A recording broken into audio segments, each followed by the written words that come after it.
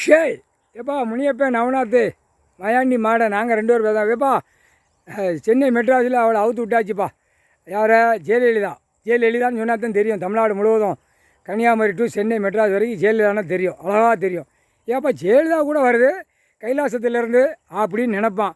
இவளை வச்சு தான் இந்த கொடியை தூக்குறவன் எம்எல்ஏ எம்பி எல்லாமே இவளுக்கு தெரியும். எல்லா அதிகாரி பூரா அவளுக்கு தெரியும். யாருக்கு? ஜெயலலிதாவுக்கு தெரியும். அப்போ அவள் ஆத்மா வெளியே விட்டாச்சு. அப்படியே நசுக்கி விட்ருவா. சிம்பிள மணிக்கு ஓட்டு போய் மேய்ச்சி விட்ருவா. அப்படியே மடிஞ்சு போவான். அதிகாரி நிறைய மாட்டுவான். இப்போ கூடிய சீக்கிரம் சென்னையில் அதிகாரி பூரா சோழி முடிச்சிருவா. அரசியல்வாதியும் சோழி முடிச்சிருவா. இப்போ நெஞ்சு அமுக்கி விட்ருவா, மிதிச்சு விட்ருவா. மிதிச்சு விட்டோன்னே அட்டாக்கு ப்ரெஷரில் செத்து போவான்.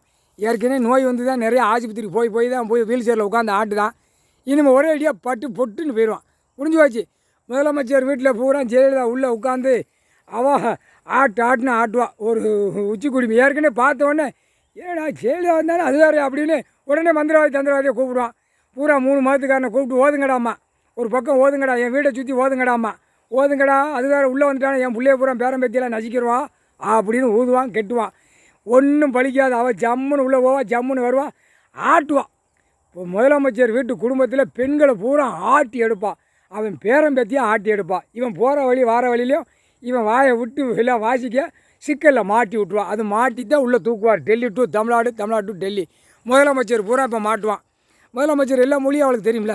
இப்போ எல்லா முதலமைச்சருக்கும் இப்போ அனுப்புவேன். நாங்கள் கொண்டு விட்ருவோம். முதலமைச்சரை பூரா பார்த்துக்கோ, அந்த மோரை பார்த்துக்கோ, ஆட்டி விட்டு இல்லைன்னா என்னென்ன செய்ய அப்படின்னு நாங்கள் 2 பேருமே கொடுத்துருவோம். கணக்கு 3/4 சத்தியம் போட்டாச்சுப்பா கணக்கு.